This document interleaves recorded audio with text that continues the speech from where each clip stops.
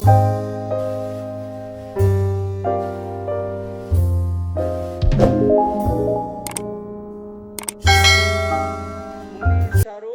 जी स्वामी ने मुनि अनोपचंद जी को नाथद्वारा में 1892 में चैत्रवदी अष्टमी गुरुवार को दीक्षा प्रदान करके एक नए सुनहले पृष्ठ का सृजन किया था। दीक्षा ग्रहण करने के पश्चात मुनि अनोपचंद जी ने अपने मन में चिंतन किया, अब मेरे को क्या करना चाहिए जिससे मेरे तलेसरा परिवार का गौरव है वह और ज़्यादा गौरवान्वित बन सके। मुनि श्री स्वरूपचंद जी स्वामी के पावन सानिध्य में मुनि अनोपचंद है वो आगम का ज्ञान ग्रहण करना प्रारंभ करता है और आगम पढ़ते पढ़ते आगम के अंदर एक सुक्ति आती है, ताओ सूर्य अणगारा। अणगार कौन होता है? जो तप के अंदर शूरवीर होता है वो ही वास्तव में सच्चा अणगार होता है। आगम का ये वाक्य मुनि अनोपचंद के जीवन के हृदय तंत्री को, विचार तंत्री को एक तरह से झंकृत और प्रकंपित करने वाले बन जाते हैं। तत्काल उनके मन के अंदर एक नए विचारों का समावेश होता है और वो मुनि स्वरूपचंद जी स्वामी के चरणों में पहुंच जाते हैं। निवेदन करते हैं, मुनि प्रवर आपने मेरे को दीक्षा प्रदान करके कल्याण के पथ की ओर अग्रसर कर दिया, पर संयम ग्रहण करने के बाद मैं अभी संयम का निचोड़ है वह निकालना चाहता हूँ। अपने जीवन के अंदर कुछ ही नया कार्य संपादित करना चाहता हूँ। मुनि स्वरूपचंद जी ने कहा, बोल अनोप, तुम अपने जीवन के अंदर क्या करना चाहता है? तब मुनि अनोपचंद जी ने वह आगम का सूत्र मुनि प्रवर के सामने प्रस्तुत किया और निवेदन किया, मुनि प्रवर, अब मैं अपने जीवन के अंदर तप की ओर अग्रसर होना चाहता हूँ। यह बात सुनकर मुनि स्वरूपचंद जी ने कहा, अरे अभी तो तूने दीक्षा ली है और अभी तप का मार्ग अंगीकार कर रहा है। अनोपचंद ने कहा, मुनि प्रवर, जब मैं जग गया हूँ, आपने मेरे को जगा दिया है, संयम प्रदान कर दिया है, तो क्या अब ये अनोप है ये अपने जीवन में वापिस सो सकता है क्या? मैं अपने जीवन को जागृत जीवन बनाना चाहता हूँ और आपसे निवेदन है, आप मेरे को कृपा करके आज 21 दिनों की तपस्या का प्रत्याख्यान करवा दे। एक साथ में 21 दिनों की तपस्या की बात सुनकर मुनि स्वरूप चंद जी भी चौंक जाती हैं और कार्य अनोब क्या कर रहा है। अरे 21 में से दुआ हटा दे, एक दिन की तपस्या कर ले। अनोब ने कहा मुनि प्रवर आपके चरणों में और एक दिन की तपस्या में तो सवाया काम, हर काम को 21 करना चाहता हूँ, इसलिए आप मेरे को 21 दिन की तपस्या का प्रत्याख्यान करवा दे। आवाज सुनकर और जो संत थे वो भी निकट आ जाती हैं। मुनि स्वरूप चंद ने कहा देखो संतों, ये अनोप अभी तो दीक्षा ली है और अभी तब के मार्ग में आगे बढ़ने के लिए निवेदन कर रहा है, बोलो क्या करना चाहिए। अनोप को तपस्या का प्रत्याख्यान है, ये करवाना चाहिए या नहीं करवाना चाहिए। यह बात सुनते मुनि अनूप चंद जी ने संतों की ओर देखते हुए कहा, अरे संतों, तुम मेरे बीच में रुकावट पैदा मत करना। मेरा मार्ग है यह प्रशस्त करना। मैं 21 दिन की तपस्या कर रहा हूँ, यदि मेरा कोई सहयोग करना चाहिए वो भी मेरे साथ में 21 दिन की तपस्या का प्रत्याख्यान कर सकता। यह बात सुनते सारे संत हैं मौन हो जाते हैं, कोई नहीं बोल पाते हैं। मुनि स्वरूप चंद जी ने कहा रे बोलो तो सही। संतों ने कहा मुनि प्रवर आप जानो और आपका ये दीक्षित होने वाला ये अनूप चंद जाने। मुनि स्वरूप चंद ने कहा बोल अनूप, अब तेरी क्या इच्छा। कवच मुनिवर मेरे चढ़ते हुए परिणाम है और 21 दिन की तपस्या का प्रत्याख्यान करवा दे।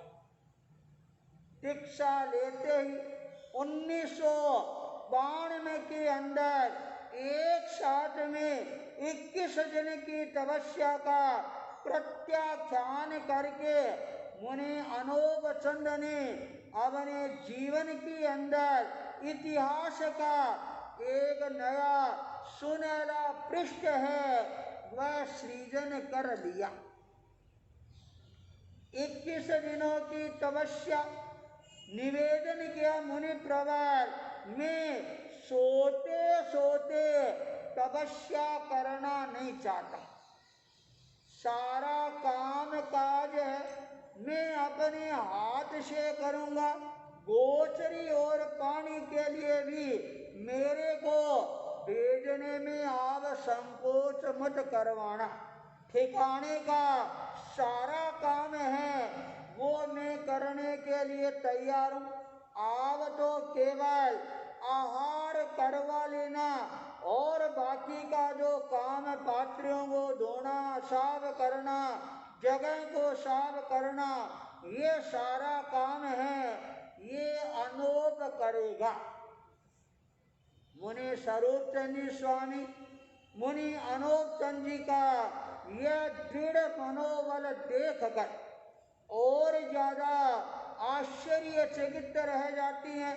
धीरे धीरे तपस्या का क्रम है ये आगे बढ़ना प्रारंभ होता है और मुनि अनूप चंद जी का पुरुषार्थ है वह भी सामने आना प्रारंभ हो जाता है। जब 21 दिनों की तपस्या का पारने का दिन आता है, मुनि स्वरूप चंद जी ने कहा अरे अनूप, लगता है तू तपस्या के क्षेत्र में नए कीर्तिमान है यह स्थापित करेगा। तेरा मनोबल है, संकल्प बल है, यह बड़ा मजबूत है। मुनि अनूप चंद जी ने कहा मुनि प्रवर जब आपका आशीर्वाद मिल गया, अब मैं पीछे मुड़कर देखने वाला नहीं हूँ। तपस्या के क्षेत्र में आगे से आगे मैं हमेशा बढ़ता ही रहूँगा।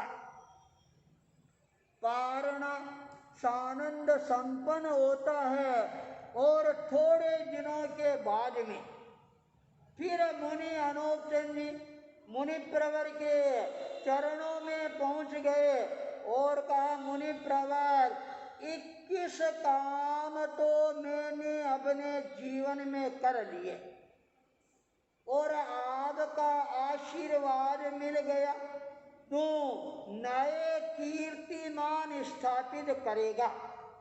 अब आप मेरे को कृपा करके 9 दिनों की तपस्या का प्रत्याख्यान करवा दे। मुनि स्वरूप चंद जी ने कहा, अनूप ये क्या कर, अरे अभी तो 21 दिनों का पारना किया है और फिर 9 की तपस्या कर रहा। उसने कहा, मुनि प्रवर मैं नहीं कर रहा हूँ, आपका आशीर्वाद है वह मेरे को करवा रहा है। 9 का अंक है, ये बड़ा शुभ होता है, ये अंक है, ये कभी भी कटता नहीं। 9 के अंक को आप जितना गुणा करोगे और वो उतना ही ज्यादा बढ़ता जाएगा।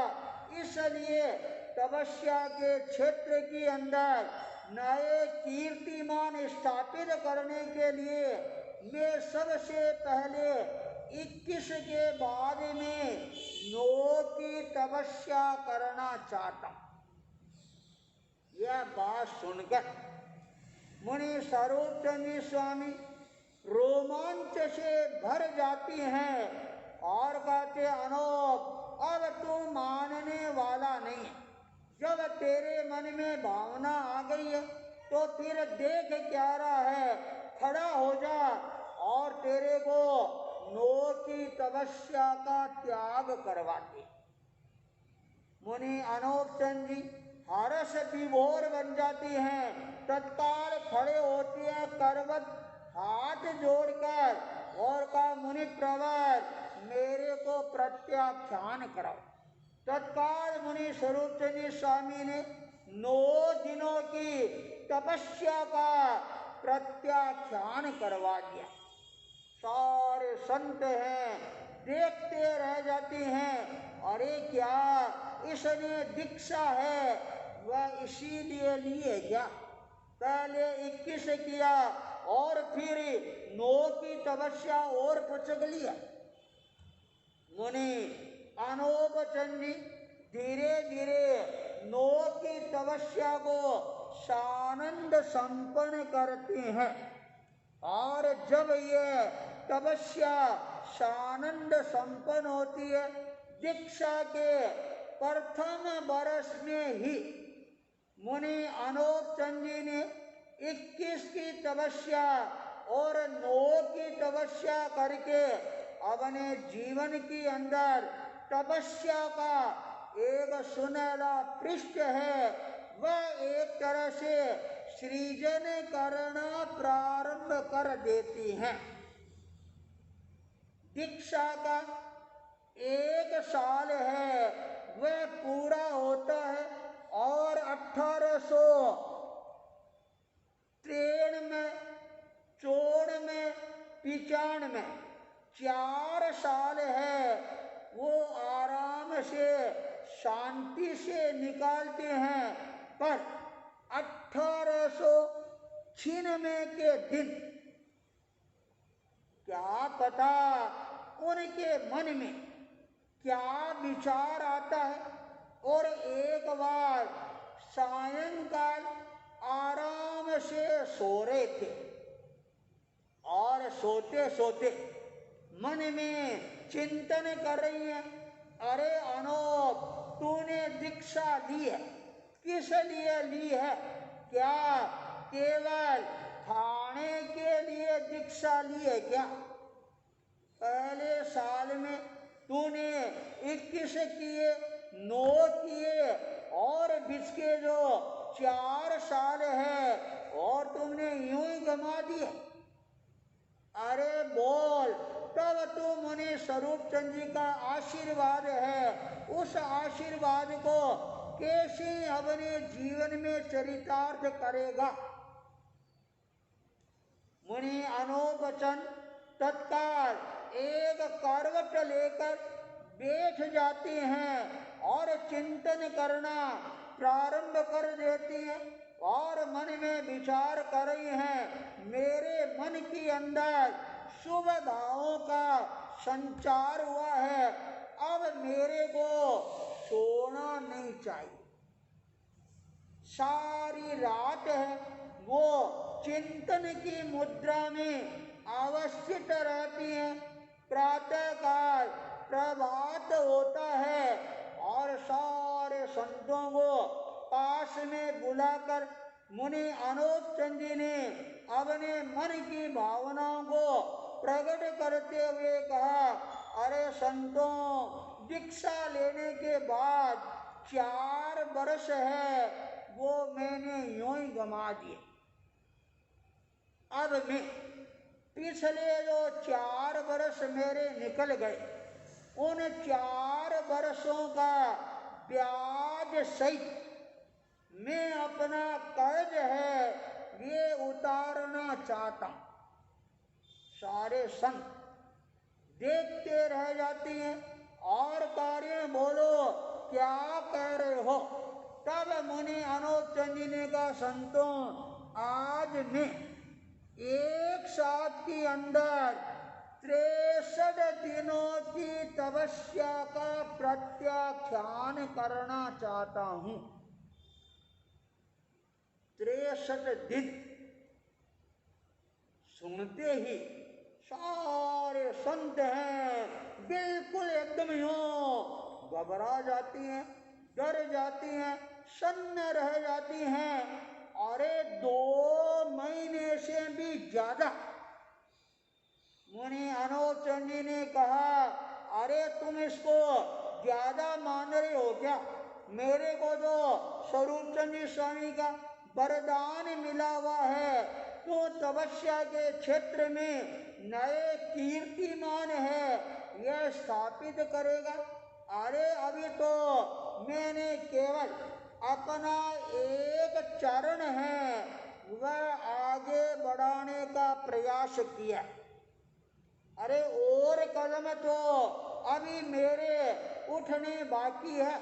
तुम सारे लोग घबरा क्यों रही हो, डर क्यों रहे हो, चिंतित क्यों हो रहे हो? मेरा जो मनोबल है वह बड़ा मजबूत है, दृढ़ है। और संतों, तुम्हारे को पता रहना चाहिए, मैं नाथ द्वारा के तलेसरा परिवार का हूँ और मेरी जो चोटी है ये चोटी किसने खींची है? मुनि स्वरूप चंद जी स्वामी ने। तब भी अपने जीवन को स्वरूपवान बनाने के लिए तपस्या के क्षेत्र में आगे बढ़ना चाहता हूँ। संत लोग कुछ ही बोलने के लिए तैयार होती हैं, उससे पहले मुनि अनोप चंद जी स्वयं अपनी वाणी को एक तरह से प्रभावान बनाकर अरिहंत सिद्ध भगवान की साक्षी और उन सारे संतों की साक्षी से स्वयं अपने मनोबल को तोड़कर और एक साथ के अंदर आँच के आगार पर 63 दिनों की तपस्या का प्रत्याख्यान कर लिया। और जब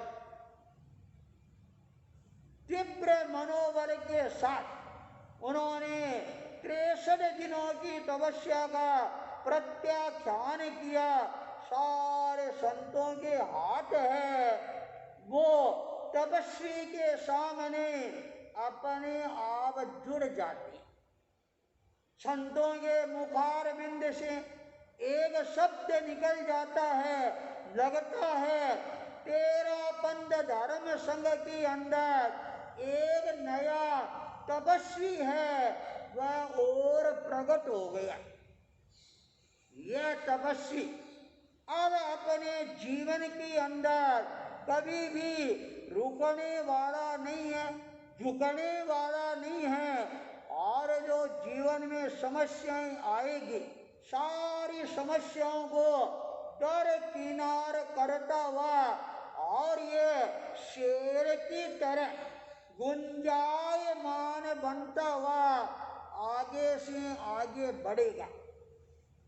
मुनि अनोत्तम जी का यह दृढ़ संकल्प देखकर सारे संत सन्न रह गए और का तपस्वी अब तेरे को चिंता करने की जरूरत नहीं है, तुम आराम से तपस्या के क्षेत्र में आगे बढ़ो और हम सब तेरी सेवा करने के लिए तैयार हैं। मुनि अनोत्तम जी ने कहा, संतों, जब तक मेरी शारीरिक क्षमता काम करने वाली है तब तक मैं अपने हाथों से काम करूंगा। जब मैं शरीर से अशक्त बन जाऊं फिर आप मेरी सेवा भले ही करना। मुनि अनोवचन तपस्या के साथ में आगे बढ़ते जा रही हैं। सारा काम काज है वो भी अपने हाथ से कर रही हैं। आधा रास्ता है वह पार हो जाता है। 31 दिन हैं तपस्या के पूरे हो जाती हैं। तब संतों ने निवेदन किया, तपस्वी राज, अभी आप ठिकाने से बाहर मत पधारो, क्या पता किसी की नजर लग जाए। मुनि अनोपजन ने कहा, मेरे को और किसी की नजर लग जाए? अरे मैं तो औरों की नजर को उतारने वाला हूँ, मेरे को क्या नजर लगेगी। बस चलो तुम कह रहे हो तो अब मैं ठिकाने से बाहर नहीं जाऊंगा, पर ठिकाने का काम है वह तो मेरे से करवाते रहना। संत लोग मुस्कुराने लग जाती हैं, हंसने लग जाती हैं और कहा, मुनि प्रवर, आप जैसा मनोबल है वह हर किसी के पास में नहीं हो सकता। ठिकाने का काम करते हैं। 7 दिनों के बाद संतों ने बहुत ज्यादा आग्रह किया, अब आप बिल्कुल काम मत कराओ और हम आपके लिए शैया तैयार कर देती हैं। अब आपका एक ही काम है, ध्यान करना, जाप करना, मौन करना और कायोत्सर्ग करना। जब आप स्वाध्याय करते करते थक जाओ तब आप आराम से लेट कर और थोड़े समय के लिए कायोत्सर्ग करवा लिया करो, और जब आप कायोत्सर्ग कराओगे हम आपके पास में बैठेंगे और आपको आगम का स्वाध्याय है यह स्वाध्याय करवाएंगे। संतों की यह बात मुनि अनोपचंद जी है सहर्ष स्वीकार कर लेते हैं। संतों ने तत्काल घास लाकर, पवाड़ लाकर और उनके लिए शैया तैयार कर देते हैं। मुनि प्रवर उस शैया पर विराजमान हो जाते हैं पद्मासन के अंदर और का, संतों, अब मैं आत्माभिमुखी बनना चाहता हूँ। ध्यान की मुद्रा में अवस्थित बन जाती है। ध्यान पूरा होता है, स्वाध्याय करना प्रारंभ कर देती हैं। स्वाध्याय करते करते थक जाती हैं, तब मौन करके और कायोत्सर्गी मुद्रा में लेट जाती हैं। जब संत देखती हैं कि मुनि प्रवर कायोत्सर्ग की मुद्रा में लेटे हुए हैं, तत्काल संत आती हैं और आगम की करतियां हाथ में लेकर उनको स्वाध्याय है यह श्रवण करना प्रारंभ कर देती है। मुनि अनूप चंद जी कायोत्सर्ग कर रही हैं, मौन कर रही हैं और साथ के अंदर स्वाध्याय का श्रवण भी कर रही हैं। जब कायोत्सर्ग पूरा होता है और मुनि पर्व ने कहा, संतों तुम मेरा बड़ा सहयोग कर रहे हो, तुम ही एक तरह से मेरे साथ में तपस्वी बन गए हो, जो मेरे को इस तरह से स्वाध्याय करवा रहे हो। धीरे धीरे तपस्या है ये आगे बढ़नी प्रारंभ हो जाती है और देखते देखते 2 महीने का समय निकल गया। केवल 3 दिनों का समय बाकी रहता है और जब 3 दिन पूरे होते हैं, संतों ने कहा, मुनि प्रवर आपका जो संकल्प है वह पूरा हो गया है और अब आप कृपा करके हमारे हाथ से पारणा करवाने का अनुग्रह करवाएं। तपस्वी मुनि अनूप चंद जी ने सभी संतों की बात को रखते हुए अपने हाथ को आगे कर दिए। सभी संतों ने मिलकर और उनके हाथों के अंदर मिश्री और काली मिर्च है वो सौंपते हैं। मुनि अनूप चंद जी उससे पारणा करके अपने तपस्वी जीवन के अंदर नए इतिहास का सृजन करने के लिए अपने कदमों को गतिशील बना देते हैं।